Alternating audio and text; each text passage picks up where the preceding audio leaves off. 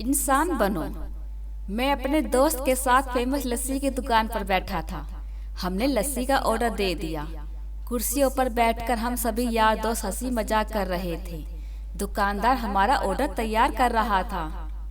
तभी वहाँ एक बूढ़ी लगभग 74-75 वर्ष की औरत आकर खड़ी हो गई। वह देखने में कमजोर थी। चेहरे पर भूख साफ नजर आ रही थी। आंखें चेहरे में अंदर घुसी हुई थी, लेकिन आंखों में पानी चमक रहा था। देखकर ही पता चल रहा था कि उनका गुजारा मांग कर होता है। मैंने उन्हें देने के लिए अपनी जेब में हाथ डाला, लेकिन पता नहीं मुझे क्या सूझा। मैंने अपने हाथ रोक लिए और उनसे पूछा, दादी आप लस्सी पिएंगी? ये मेरी बात सुनकर दादी कम और मेरे दोस्त आश्चर्य हुए, क्योंकि अगर मैं उन्हें पैसे देता तो 5 या 10 रुपए दे देता, लेकिन लस्सी तो 40 रुपए की थी। बूढ़ी औरत हिचकिचाते हुए हाँ, और उन्होंने अपनी मुट्ठी में पकड़े हुए 15 रुपए जो उन्होंने मांगकर इकट्ठा किए थे मुझे देने के लिए मेरी ओर बढ़ाए। मैंने पूछा यह क्यों? तो वह बोली, इन्हें अपने पैसों में मिलाकर मेरी लस्सी के पैसे भर दो।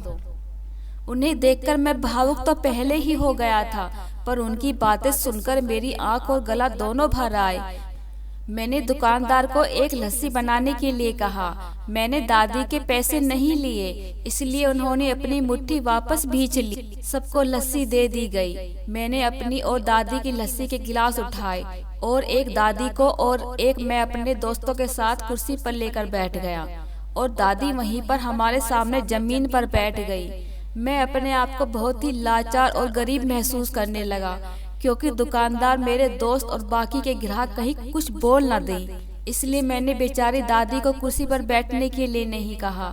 मैं घुटन महसूस करने लगा। मैं कुर्सी से उठा और दादी के पास जमीन पर बैठ गया। ऐसा करने के लिए मैं आजाद था और इससे किसी को कोई परेशानी भी नहीं थी और ना ही किसी ने कोई सवाल किया। मेरे दोस्त बड़ी अजीब नजरों से मेरी तरफ देख रहे थे। वो कुछ बोल पाते इससे पहले दुकानदार ने दादी को उठाया और कुर्सी पर बैठाया। मेरी तरफ मुस्कुराकर देखते हुए हाथ जोड़कर बोले, साहब आप ऊपर बैठिए। मेरी दुकान पर ग्राहक तो हजारों आते हैं। इंसान जिसमें इंसानियत हो कभी कभी आते हैं। दोस्तों कैसी लगी आपको यह कहानी? अगर थोड़ी सी भी अच्छी लगी हो तो लाइक और सब्सक्राइब करना ना भूलें।